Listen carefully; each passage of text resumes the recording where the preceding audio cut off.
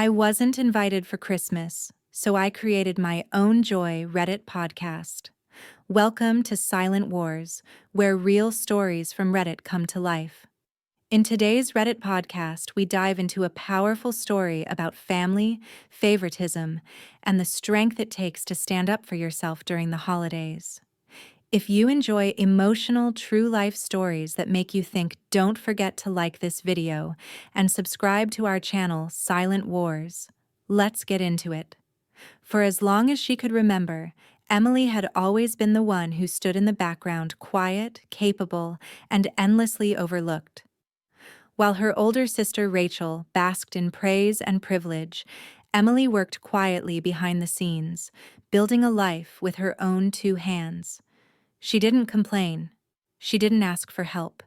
She simply believed that if she worked hard enough, someday it would be enough. And in many ways, it was. At just 28 years old, she was thriving as a project manager at a top tech firm in Seattle, earning a solid $135,000 a year, living in a stylish apartment downtown, and standing entirely on her own feet. But no matter how far she had come, her family never really saw her. Growing up, it was always Rachel who got the attention. Her college was paid for in full. Her first car was brand new. Even her wedding was financed without question. Meanwhile, Emily juggled part-time jobs, scholarships, and late nights just to keep up.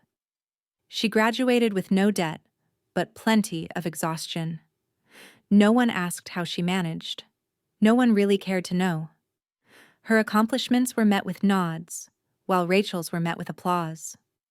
There was always a sense that Emily was simply doing what was expected, while Rachel was doing something extraordinary despite rarely putting in the effort. Still, Emily never played the victim. She carved her own path, learned to advocate for herself at work, and found joy in the quiet victories, getting promoted, affording her first real vacation, or simply watching her savings account grow. Her independence became her identity, but it also became the excuse her family used to leave her out. She doesn't need anything, they'd say. She's doing fine on her own. And so the pattern continued. Rachel got the help, the support, the open doors, while Emily got the silence. It wasn't the lack of gifts or financial aid that hurt Emily the most. It was the absence of recognition. The way her efforts were minimized, the way her sacrifices were brushed aside, the way her name was rarely mentioned when her parents spoke with pride. At every family gathering, it was Rachel's newest trip, Rachel's adorable child, Rachel's latest social media post that took center stage. Emily was always happy to hear good news, but over time, the imbalance grew unbearable. It became clear her family didn't just prefer Rachel, they had quietly decided that Emily didn't count. And yet, through it all, Emily never stopped showing up. She sent birthday cards. She took time off to visit her parents. She called to check in, even when no one called her. But something shifted that Christmas, when she arrived at the family resort and discovered Rachel had deliberately left her out of the reservation. In that moment, the years of being overlooked became undeniable. It wasn't just thoughtlessness, it was choice. And for the first time, Emily realized she didn't have to keep proving herself to people who had already made up their minds. Her worth wasn't dependent on their approval. She had built a beautiful life, and that was enough. The snow hadn't even settled on her boots when Claire realized something was terribly wrong. She had flown across the country to spend Christmas with her family in Aspen, excited for a brief escape from her busy job and to embrace a few days of tradition and laughter. But the moment she stepped into the lodge's grand foyer, with its soaring ceilings and roaring fireplace, her plans unraveled. "I didn't book a room for you," her older sister Hannah had said, without so much as a blink. "Only the real family is staying here." The words stung, sharper than the icy air outside. Claire stood frozen, suitcase in hand, heart sinking, trying to process what had just happened. This wasn't just a clerical error or some awkward misunderstanding. It was intentional, deliberate. A cold, calculated exclusion from a tradition Claire had never missed. She had arrived late due to a demanding project deadline at work, a reality Hannah never had to worry about, thanks to her cushy lifestyle funded by Uncle Roger. While Claire had worked her way up, earned every paycheck, and stood independently, Hannah played the part of the curated homemaker, her days filled with yoga and brunches and social media posts that looked more like magazine spreads than real life. What made the betrayal even worse wasn't just Hannah's snide comment, it was the silence that followed. Their parents stood nearby, awkwardly avoiding eye contact, saying nothing. No one stepped up. No one protested. They just let it happen, like it was normal. Like Claire's presence somehow didn't matter. And maybe to them, it didn't. Not in the way Hannah's did. Not in the way that was flashy or easy to boast about. Claire's steady rise, her self-sufficiency, her quiet resilience.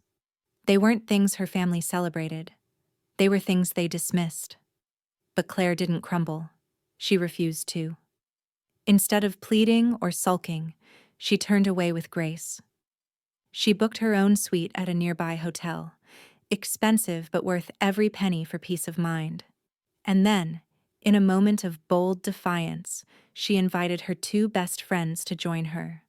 What started as rejection turned into something beautiful. They transformed the suite into a sanctuary, hot tub laughs, late-night chocolate feasts, and silly dance sessions in Christmas pajamas. Claire posted it all to her story not to show off, but to reclaim the joy that had been stolen from her.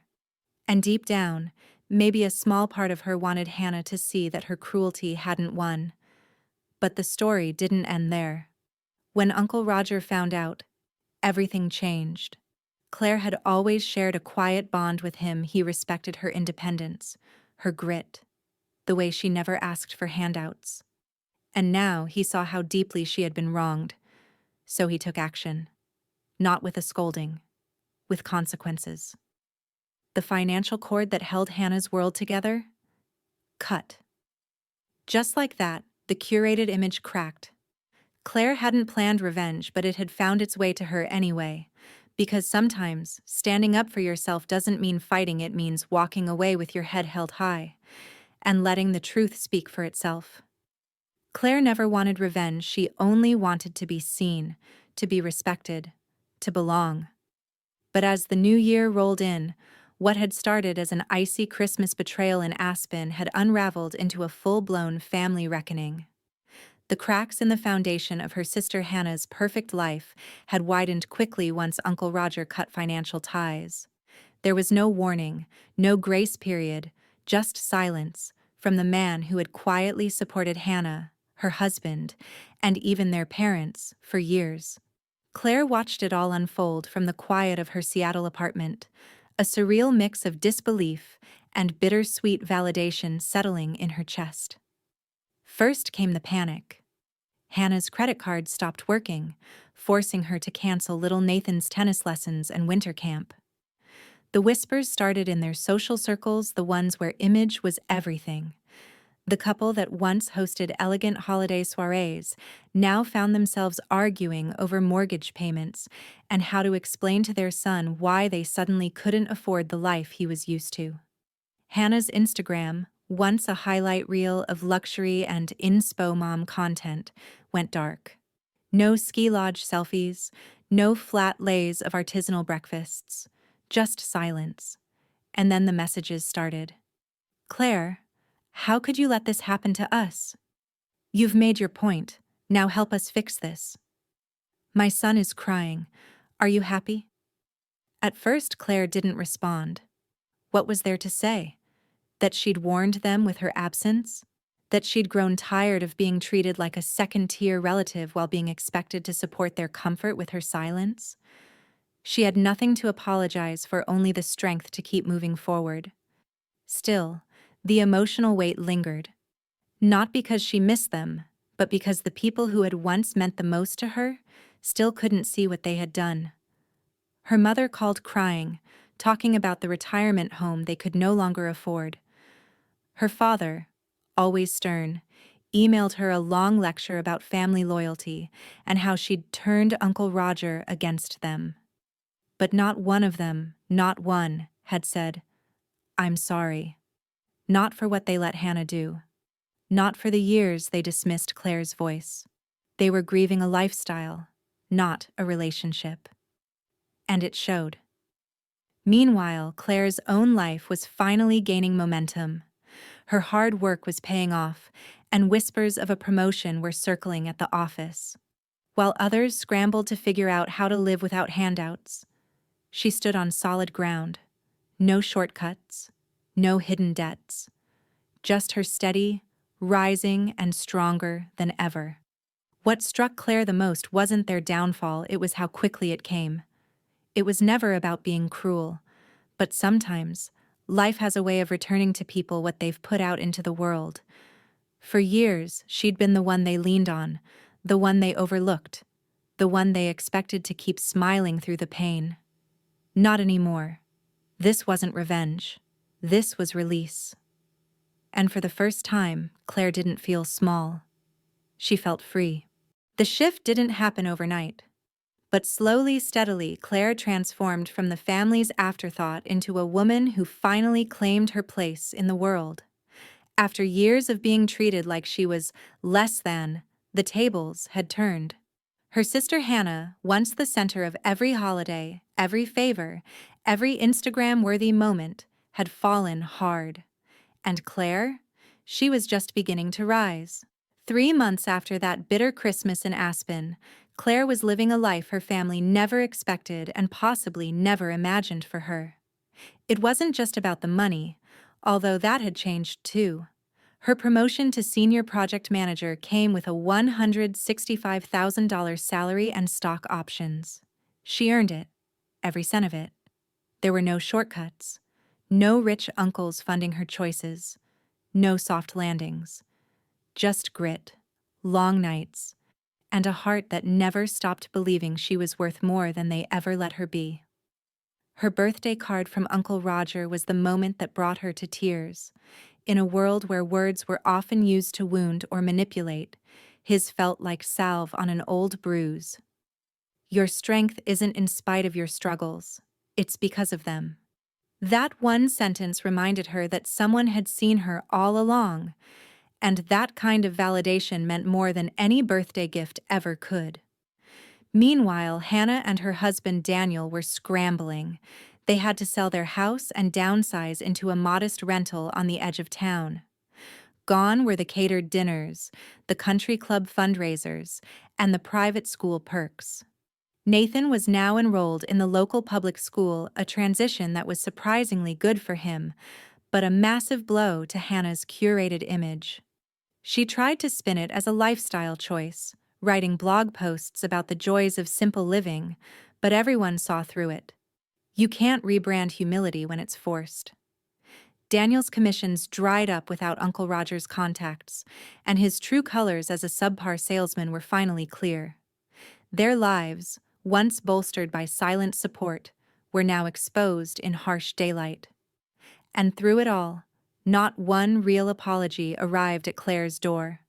Just cleverly worded guilt trips and feigned humility. But Claire was done performing emotional labor for people who only saw her value when they needed something. She didn't respond to the emails begging her to speak to Uncle Roger. She didn't pick up the phone when her mom called with carefully rehearsed concern. She had learned that silence, real, unwavering silence, was sometimes the strongest boundary you could set. And in the midst of all this, Claire bought her first home, a modern condo tucked into a lively Seattle neighborhood, with views of the skyline and the kind of peace you can't put a price on. No handouts, no co-signers. Just her name on the mortgage, just her future stretching ahead.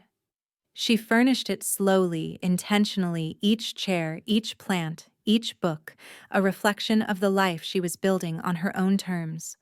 And when she placed her keys on the counter that first night, she didn't feel lonely. She felt whole. She wasn't living in the shadow of the golden child anymore. She was walking in her own light. They say success is the best revenge. But for Claire, It wasn't about revenge. It was about becoming the woman she was always meant to be, and never again letting anyone tell her she wasn't enough. 3 months had passed since Claire's life changed, and what had once felt like chaos now felt like clarity. There was no more second guessing, no more trying to fit into a family mold that never quite made space for her. Instead, she was finally breathing deeply, freely for the first time in her adult life. And what she had discovered in that silence was powerful self-reliance wasn't lonely. It was liberating. Her birthday had come and gone quietly, but the card from Uncle Roger stayed on her dresser like a lighthouse in the fog. His words, "Watching you build your life on your own terms has been one of my greatest joys," meant more than years of family praise ever could. Because it wasn't just about making it. It was about who she had become in the process. Claire had built a life brick by brick, sacrifice by sacrifice, never relying on shortcuts or empty promises. And now, that work was paying off not just in title or salary, but in peace of mind. Her new condo in Seattle was more than a home. It was a declaration. Every inch of it reflected her choices, her tastes, her independence. She had closed on it alone, no co-signer, no inheritance, no help. Just a steady credit score, a solid down payment, and years of saying no to things that didn't serve her. That first night, sitting on the floor with takeout and a glass of wine, Claire realized something. This wasn't just her space, it was her sanctuary. Meanwhile, her sister Hannah was learning hard lessons. After being forced to sell their luxury home, Hannah and Daniel now shared a modest rental, their days of lavish brunches and designer decor long gone. Nathan had adjusted quickly to public school life, even thriving, but Hannah couldn't pretend anymore. The Instagram filters couldn't cover the fact that she was working as an administrative assistant in a real estate office, one of Uncle Roger's competitors, no less, and struggling to understand office culture for the first time in her life. Daniel's career had flatlined without Uncle Roger's backing. He was just another underperforming salesperson now, with no connections to bail him out. Their old life, the one built on illusion and entitlement, had crumbled, and no amount of humble brag blog posts could hide that reality. Even Claire's parents had to face the consequences. Their upscale retirement condo was gone, replaced by a small apartment where they were learning, perhaps for the first time, how to live within their means. Her dad, once proud and dismissive, was now driving for Uber. Her mom was looking into substitute teaching, though, after years out of the workforce. The process was grueling. And through it all, not one genuine apology had arrived, not one acknowledgement of the years Claire spent being overlooked, dismissed, or used. Their messages were laced with guilt, shame, and even subtle manipulation, but never remorse. That, perhaps, was the clearest sign that walking away was the right choice. Claire had learned that family isn't defined by obligation, it's defined by respect. And sometimes, the most loving thing you can do is say, "No more." She wasn't bitter. She wasn't angry. She was done. And in that finality, there was peace. Because the best revenge she had learned wasn't revenge at all. It was waking up in a home you earned, living a life you love, and knowing deep down you never needed their approval to be whole.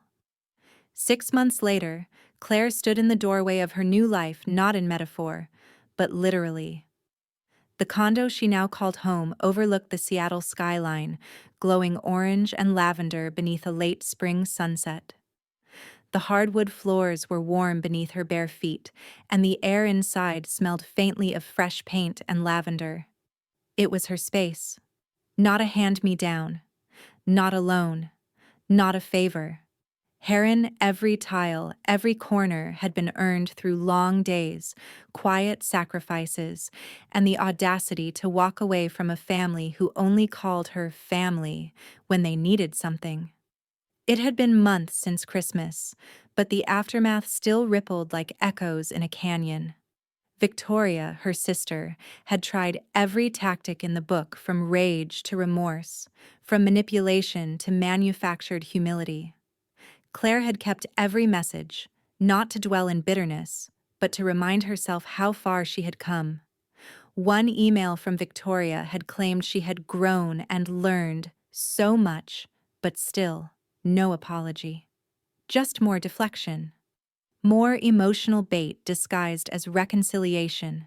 The most surreal moment had come when Claire learned Victoria showed up uninvited at Uncle Roger's office, sobbing in the lobby, trying to sway the man who had seen through her games long ago. Security was called. Claire could picture it vividly, her sister, always so polished and smug, being escorted out because crocodile tears couldn't unlock the door to trust she had slammed shut herself. Claire had felt a pang of sadness, yes, but also relief. Not because Victoria was hurting, but because for once, someone else saw what Claire had endured for years, a pattern of manipulation, entitlement, and weaponized charm. Uncle Roger had once said, "Sometimes people have to lose everything to realize what anything is worth." Now she understood exactly what he meant. Her parents, too, had tried to reach her. Her father even suggested she pitch in, since she was doing so well. The irony nearly knocked the wind out of her. Claire had spent her 20s budgeting carefully, skipping vacations, sending quiet Venmo transfers during their so-called emergencies. And now that she had something to show for her hard work, they wanted a slice, as if success had turned her into a resource rather than a person. But this time, Claire didn't engage. No long explanations, no justifications, no more attempts to prove her worth to people who only saw her value in what she could give.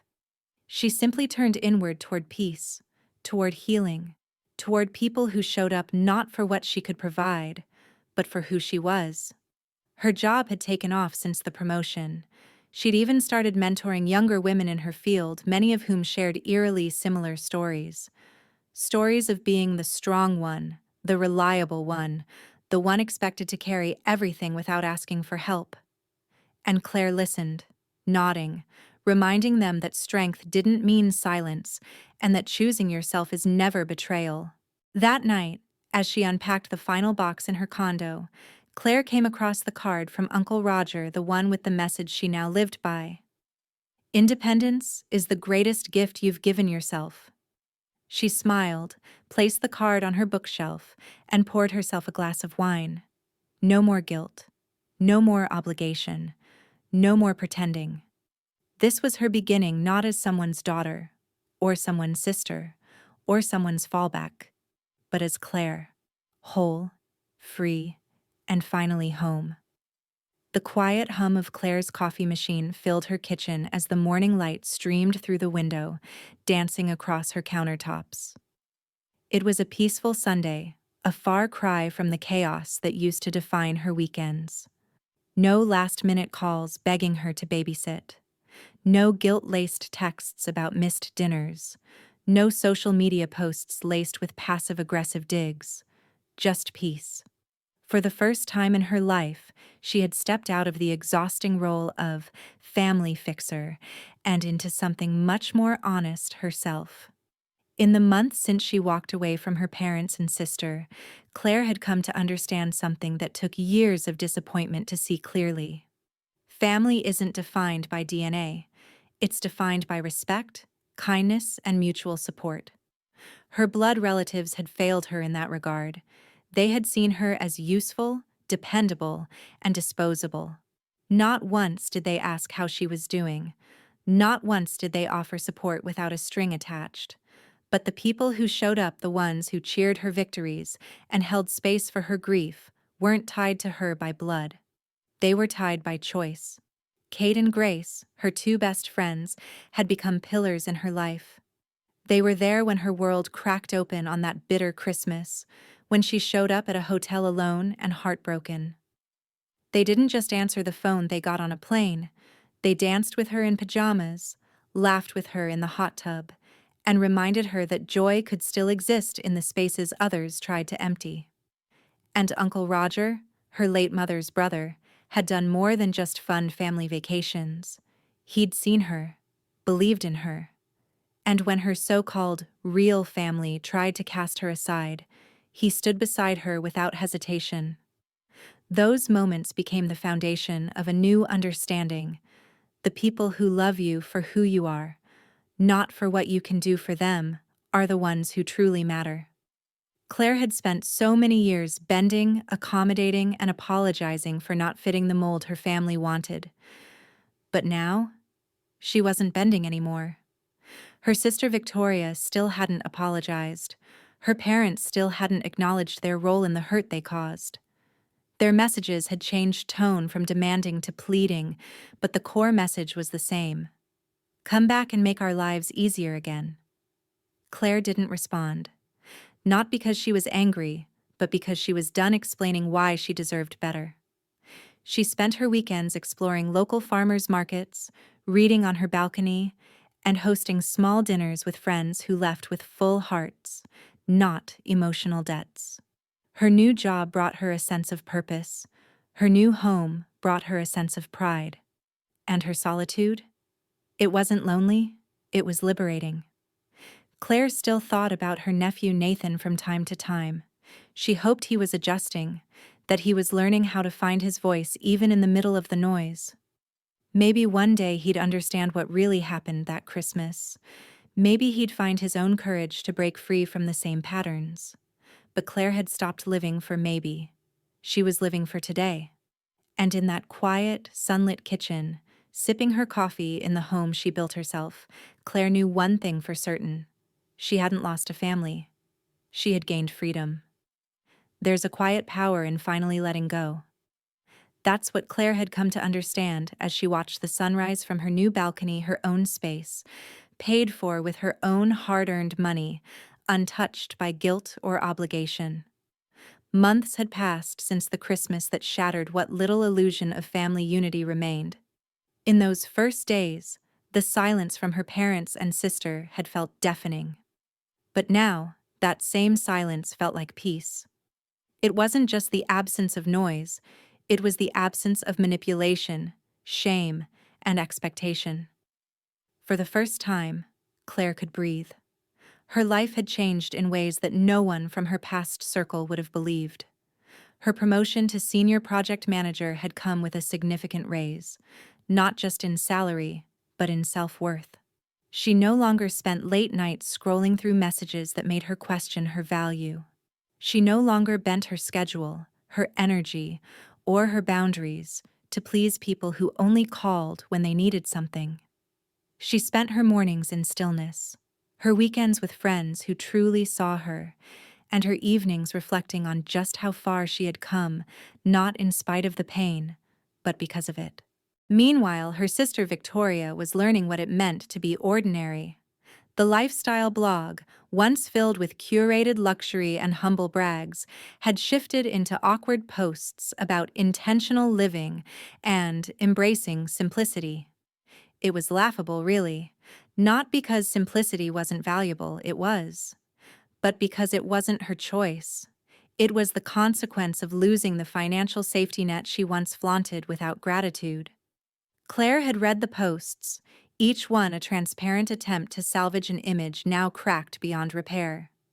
Not once had Victoria said, "I'm sorry." Not once had she asked, "How are you?" Her parents weren't much different. They hadn't called to apologize. They had called to request help. A second chance. A little support until they got back on their feet. As if nothing had happened. As if Claire's years of sacrifice, patience, and quiet suffering had vanished with the swipe of a debit card. They still didn't understand that what she needed wasn't their admiration, it was their respect. And they had never given it. Claire had every reason to be angry, but she wasn't. Not anymore. Because her success wasn't about revenge. It was about redemption. It was about proving to herself more than anyone that she could build a life rooted in dignity and independence. A life where her worth wasn't measured by how useful she could be to others, but by how true she could be to herself. That's what made the keys to her new condo feel heavier in her hand. They represented more than property. They represented freedom. The best part? She wasn't alone. Uncle Roger continued to be a steady voice of support, reminding her with every note, every bouquet, every check-in that she wasn't crazy or cruel or cold. She was simply awake. And Kate and Grace, her soul sisters in every way that counted, filled her home with laughter and understanding. Their presence was a reminder that real family doesn't always share your blood, it shares your values. As Claire stood at her kitchen window, coffee in hand, she smiled, not because everything was perfect, but because, for the first time, everything was real. She wasn't hiding. She wasn't shrinking. She wasn't waiting for someone to love her the way she deserved. She had become that person for herself. And that was the true victory. For years, Marlene was the dependable one, the aunt who never said no, the sister who always stepped in, the daughter who never asked for much. Her family had grown so used to her quiet yes that they never paused to wonder if she ever needed a yes in return. Birthdays, holidays, emergencies. Marlene was always the safety net. So, when her mother's 60th birthday trip came around, and her siblings handed her the honor of staying behind to babysit 5 children while they skied in Colorado, they didn't see it as selfish. They saw it as expected. Normal. Just another sacrifice she'd silently make. But this time, something in Marlene shifted. She felt it during that family dinner when her sister Lauren casually dropped the announcement. The resort was booked, the plans were made, and the only thing left was for Marlene to watch the kids. It wasn't even a question. It was a declaration. Her role had already been assigned. As she looked around the table, seeing nods of approval and not a single voice raised in her defense, the weight of a decade of unspoken expectations came crashing down. Her heart sank, but not because they had asked, because they hadn't. That night, back in her small downtown apartment, Marlene sat in the silence that once felt lonely, but now felt revealing. She thought about the years she'd spent building a career from scratch, helping fund family expenses, canceling vacations to be the backup plan no one thanked. And in the stillness, a decision bloomed, quiet but firm. She wouldn't go along this time.